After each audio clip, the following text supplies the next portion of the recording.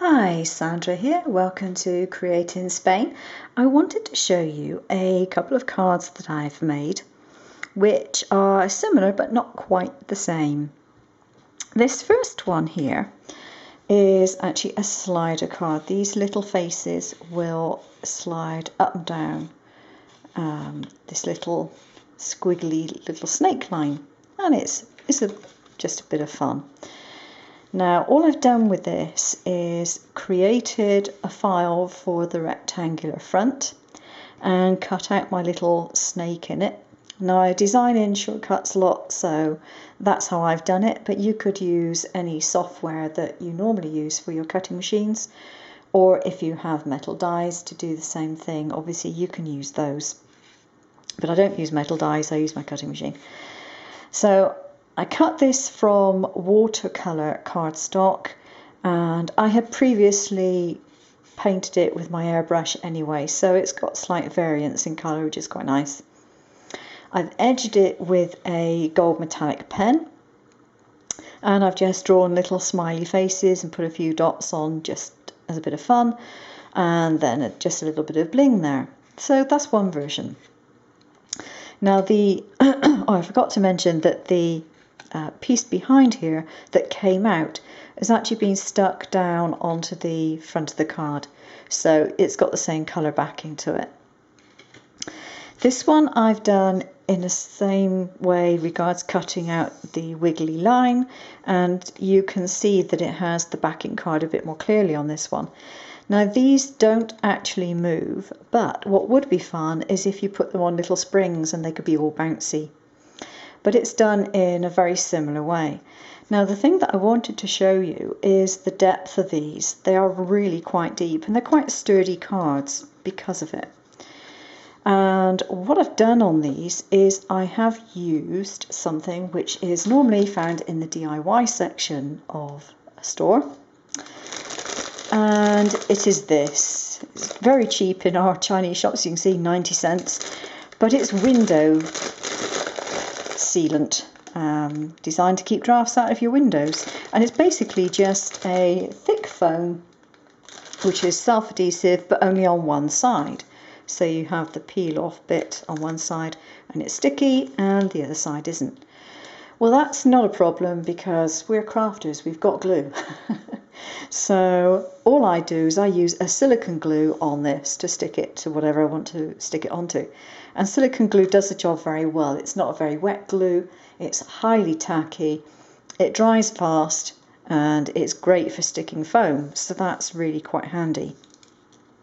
If you want it for narrower projects, then you can easily cut it with a pair of scissors to the width that you require. Or if you just want little pieces, of course, you can just chop them off at the end. So it's a handy thing to have in your stash. Okay.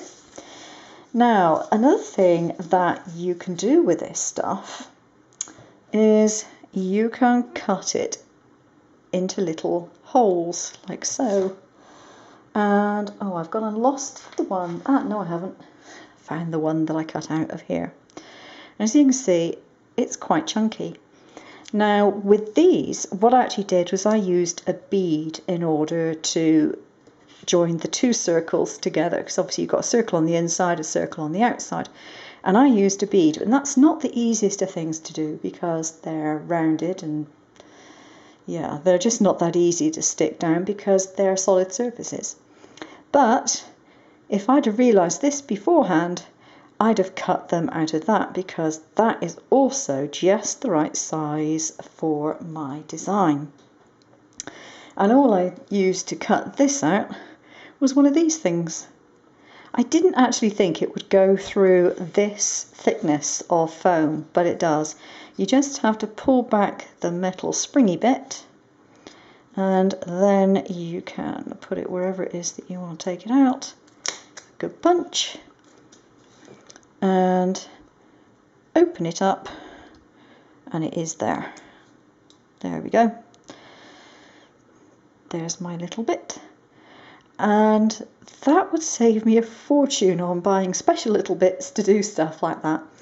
even if it's just to add little raised items to the front of cards. That's really handy. I mean, I knew it could cut through the thin foam. I just didn't think it would cut through something quite that thick, but it will. It does, and I'm quite chuffed with that. Okay, my next thing that I wanted to mention are ink pads. Now, as you can see, this one is clean and it is in fact empty. This one was one that I purchased from Hobbycraft, and it was supposed to be a gold stamp, and it didn't work when I got it home. I bought it in the UK, brought it back to Spain, it didn't work. I contacted them, they were very helpful. They agreed to send out another one to an English address, and indeed a friend of mine brought it over relatively recently. But it did leave me with an ink pad that I couldn't use, but I wanted to use. So I wanted to let you know how to clean these things up. Now, it may or may not be obvious to you, but when you're dealing with a pigment pad, one of these, you're generally dealing with an oil-based paint. And in order to get the paint out of it, even though it wasn't stamping well, I mean, there was obviously paint in there that wasn't working, but it was still in there. The way to get it out of it is to dilute it with oil. And what I did was I used a baby oil. And I sprayed the baby oil onto it, because it came in a spray bottle. I sprayed the baby oil onto it over the sink and screwed it up, and the paint started coming out of it. Now, one thing to mention is that if the paint has started coming out of it with that, it could possibly have been refreshed with baby oil regardless, and it may well have worked as a paint pad. I don't think this one would, because there just wasn't the sparkle in it that should be in a gold one, but you know, if it was just another colour, then that's possible that it would do it. But I wanted to get it clean so I could use it as basically another Versamark, and I want to load it up. So you treat it with oil, and you notice the paint softens up, and you gradually feel it going quite yucky, sticky, revolting. Then you take a whole load of detergent, just washing up liquid, dish soap if you're American, I suppose. Cover the entire thing in the detergent, and then really give it a good going over. You can then rinse it out and repeat, and you will eventually get the stuff out of it, and you'll have a nice clean pad. You cannot remove it with just water, and I really don't like using things like DIY paint removers very much. They usually smell revolting and whatever. So baby oil, I can cope with that. That was relatively nice to use. It's now dry, and I can re-stick it to my base here. They do tend to come off the base reasonably easily, so not too bad. Regards sticking it back on, you will obviously need a glue that is going to stand up to either having oil base put on it or a water base put on it. So that will determine what you use to stick your sponge back on.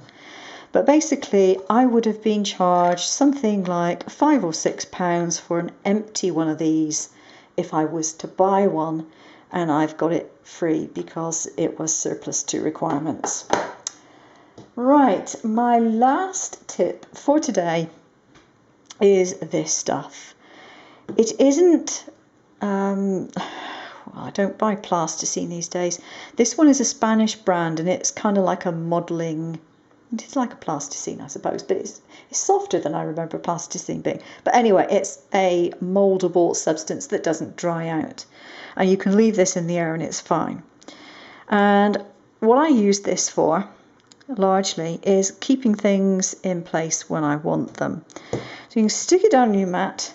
Now, for example, I have some glue. Now, if my glue bottle is relatively empty and it's a silicone glue like this one is, it will take a long time for it to get down to the nib. So I can stick it in that. And then I can keep it in that while I'm using it, and just unscrew it out of the top and use it and put it back in again. It's just an easy, convenient fix for a bit of a pain of a problem. Okay, that's it. Hope you're having a good day. Take care now. Bye.